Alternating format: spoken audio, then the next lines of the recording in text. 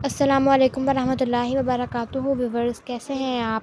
امید ہے آپ سب خیریت سے ہوں گے۔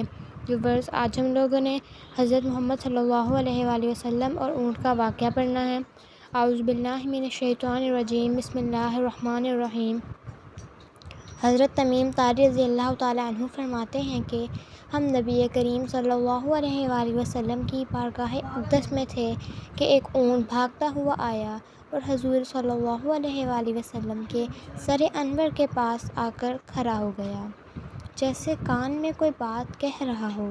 آپ صلی اللہ علیہ وآلہ وسلم نے فرمایا، اے اونٹ، پرسکون ہو جا، اگر تو سچا ہے تو تیرا سچ تجھے فائدہ دے گا، اگر تو جھوٹا ہے تو تجھے اس جھوٹ کی سزا ملے گی۔ بے شک جو ہماری پناہ میں آتا ہے، اللہ تعالیٰ بھی اسے امان دے دیتا ہے، اور ہمارے دامن میں پناہ لینے والا کبھی نامراد نہیں ہوتا۔ ہم نے عرض کیا، یا رسول اللہ صلی اللہ علیہ وآلہ وسلم، یہ اونٹ کیا کہہ رہا ہے؟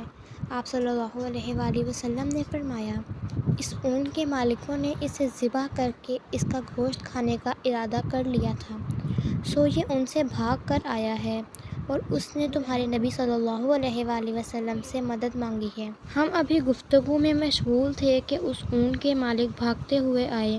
جب اونٹ نے ان کو دیکھا تو وہ دوبارہ حضور صلی اللہ علیہ وآلہ وسلم کے سر مبارک کے قریب ہو گیا اور حضور صلی اللہ علیہ وآلہ وسلم کے پیچھے چھپنے لگا۔ ان مالکوں نے عرض کیا، یا رسول اللہ صلی اللہ علیہ وآلہ وسلم، ہمارا یہ اونٹ 3 دن سے ہمارے پاس سے بھاگا ہوا ہے اور آج ہی ہمیں آپ کی خدمت میں ملا ہے۔ اس پر آپ صلی اللہ علیہ وآلہ وسلم نے فرمایا، یہ میرے پاس شکایت کر رہا ہے، یہ کہتا ہے کہ یہ تمہارے پاس کئی سال تک پلتا رہا، جب موسم گرما آتا تو تم گھاس اور چارے والے علاقوں کی طرف اس پر سوار ہو کر جاتے، اور جب موسم سرما آتا تو تم اس پر سوار ہو کر گرم علاقوں کی طرف کوچ کرتے۔ اب جب کہ یہ وسطیٰ حالی کی عمر کو پہنچ گیا ہے تو تم نے اس کا گوشت کھا لینے کا منصوبہ بنا لیا ہے۔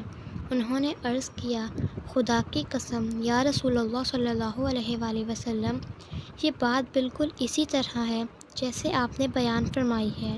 اس پر رسول اللہ صلی اللہ علیہ وآلہ وسلم نے فرمایا، ایک اچھے خدمت گزار کی اس کے مالکوں کی طرف سے کیا یہی جزا ہوتی ہے؟ وہ عرض گزار ہوئے، یا رسول اللہ صلی اللہ علیہ وآلہ وسلم، اب ہم نہ اسے بیچیں گے اور نہ ہی اسے ذبح کریں گے۔ اس کے بعد آپ صلی اللہ علیہ وآلہ وسلم نے اس اونٹ کو 100 درہم میں خرید لیا اور پھر فرمایا، اے اونٹ، جا، تو اللہ کی رضا کی خاطر آزاد ہے۔ اس اونٹ نے حضور کریم صلی اللہ علیہ وآلہ وسلم کے سر مبارک کے پاس اپنا منہ لے جا کر کوئی آواز نکالی تو آپ صلی اللہ علیہ وآلہ وسلم نے فرمایا، آمین۔ اس نے پھر دعا کی، آپ صلی اللہ علیہ وآلہ وسلم نے پھر فرمایا، آمین۔ اس نے پھر دعا کی تو آپ صلی اللہ علیہ وآلہ وسلم نے پھر فرمایا، آمین۔ اس نے جب چوتھی مرتبہ دعا کی تو آپ صلی اللہ علیہ وآلہ وسلم آپ دیدہ ہو گئے، آنکھوں سے آنسو بہنے لگے۔ ہم نے عرض کیا، یا رسول اللہ صلی اللہ علیہ وآلہ وسلم، یہ اونٹ کیا کہہ رہا ہے؟ آپ صلی اللہ علیہ وآلہ وسلم نے فرمایا، اس نے پہلی دفعہ کہا، اے نبی مکرم صلی اللہ علیہ وآلہ وسلم، اللہ تعالیٰ آپ صلی اللہ علیہ وآلہ وسلم کو اسلام اور قرآن کی طرف سے بہترین جزا عطا فرمائے۔ میں نے کہا، آمین۔ پھر اس نے کہا، قیامت کے دن آپ صلی اللہ علیہ وآلہ وسلم کی امت سے اسی طرح خوف کو دور فرمائے جس طرح آپ صلی اللہ علیہ وآلہ وسلم نے مجھ سے خوف کو دور فرمایا ہے۔ میں نے کہا، آمین۔